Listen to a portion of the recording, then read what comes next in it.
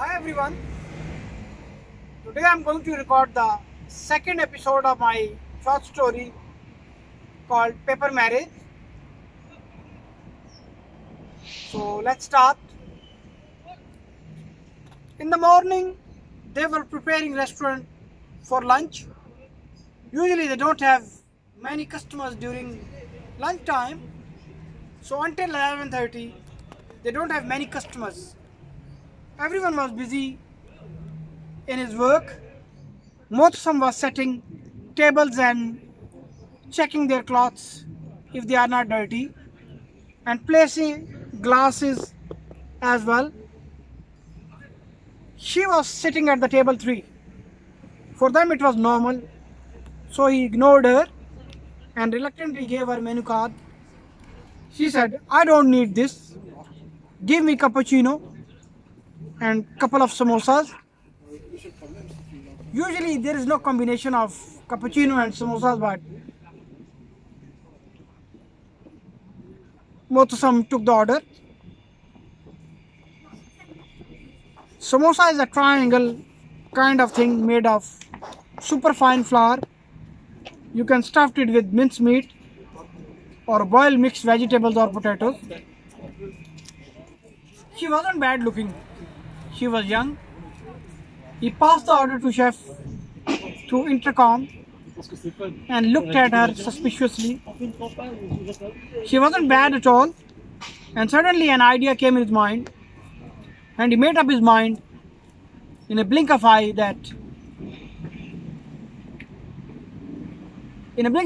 thought that this is a rubbish idea, so forget about this. He asked her, "Vous avez fini? Vous avez fini, mademoiselle? You have finished, young lady?" She said, "Oui."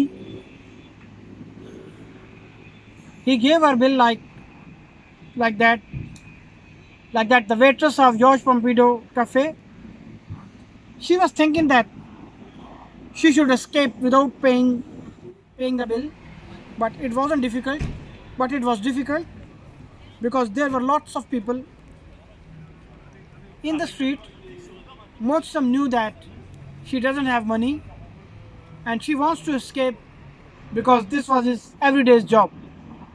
She said, "Look, I don't have money, but you can take my passport ID. When I will pay you, you can give me back my ID." Motsam said, "What shall I do with them?" He was very angry and annoyed, but what you can do? You have to take decision quickly, and amount wasn't a lot. He thought of Urdu proverb, "If horse makes friendship with grass, then what will he eat?" Suddenly something clicked in his mind. He said, "Listen, you give me your telephone number." She gave him her telephone number and said, "I will definitely bring you the money." And she went away. It was a new thing for Motsam. It was like that. He just forgot it like an ordinary thing. And the phone number which he wrote on a small piece of paper, he kept it in his pocket and noted it on his diary. Today was Monday.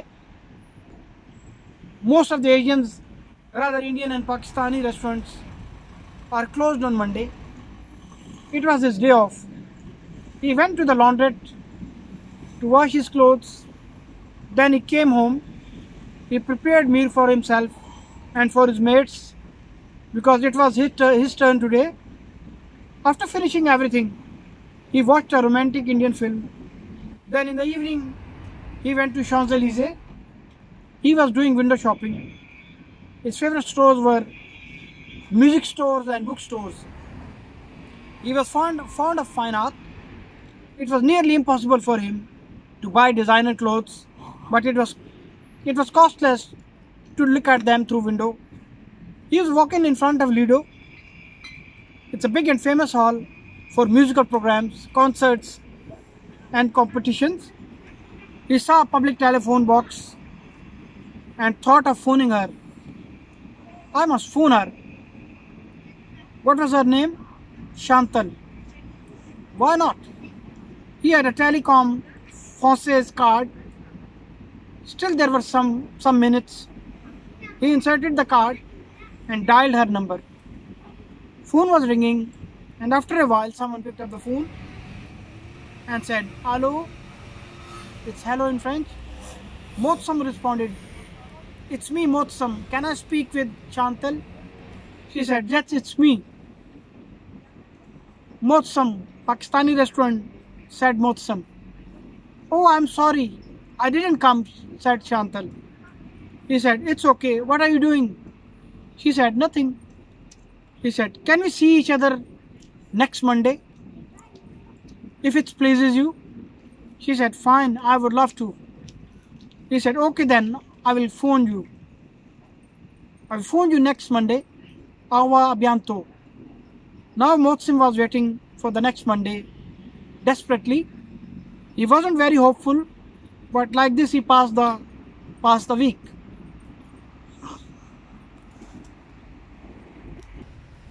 Today Motsam was looking very good. He did his best. The date was at George Pompidou Center. She was there at the exact time.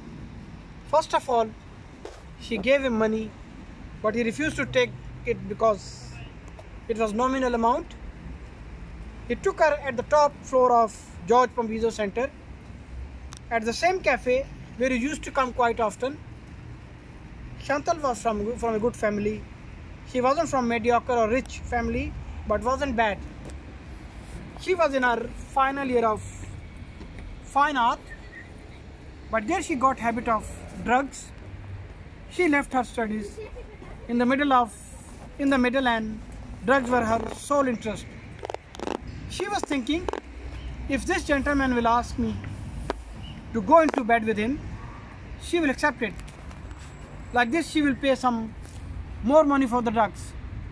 Like this she will have more money for the drugs. Both of them were sitting quietly because for Motsim it was very difficult to say. His conscience wasn't permitting him. But from last many years he was running. Finally he made up his mind and he said what he wanted, gave her a proposal and explained her how this will work out. After hearing this idea, Chantal thought like this, she will earn a lot of money. He said, "I will give you 10,000 euros in 3 installments. First will be at the registration, second will be when I'll get the carte séjour, and third when I will give you divorce." She said, "Fine." Motsam got married and got carte séjour for 10 years. He gave her 2 installments. He was very happy. During this period, Motsam and Chantal came very close to each other. Motsam was fond of literature and Chantal was fond of fine art. Since they were married, even though it was paper marriage, Motsam started working regularly, and Chantal now she was using less drugs. Motsam was like free bird. He never took life seriously, but now he was working and living with her like it was a mission.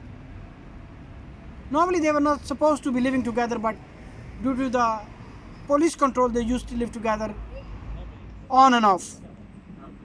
Sometimes he used to feel guilty conscious that he was using her for his purpose. He used to feel pejorative. On the other hand, Chantal was feeling guilty conscious as well that she has taken a lot of money from a helpless man just for sake of her drugs. It had been 2 years and divorce time was very near and last installment was remaining. It was first time that Motsam worked at some place and same place for 2 years regularly. Sorry. First reason was that he was working legally, and second reason was he didn't know, because he never worked at some place for more than 6 months. Chantal left fine art, but after this marriage, she started painting again. She pursued it towards art. Again, she started visiting art galleries and seeing exhibitions. This was after a long time. She wanted to restart painting. She had knowledge of surrealism, realism, frescoes, cubism and abstract art, but her inclination and tendencies were towards cubism. She started working on a painting.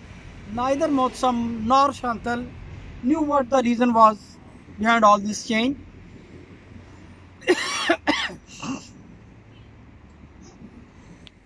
Today when Motsam came back from work, he saw that Chantal was chatting with some young man.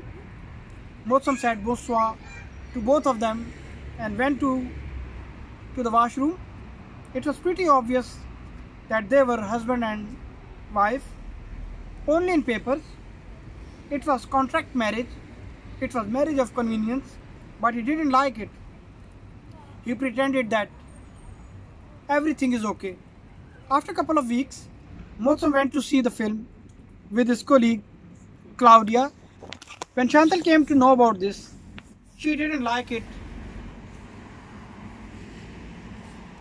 But she mentioned nothing. She didn't mention anything. She was feeling fidget and squirmed. But the problem was that it was paper marriage. As the divorce days were coming closer, the stress was increasing among them. In 2 years, they were habitual and addicted of each other. They never lived together continuously and regularly, but they had to stay together until their divorce would not have been sorted out. Thank you very much. I hope you like my video. Subscribe my channel and press the bell icon. This is the second episode of my short story Paper Marriage, and now there is one episode left. So like this short story Paper Marriage will be completed. Thank you very much.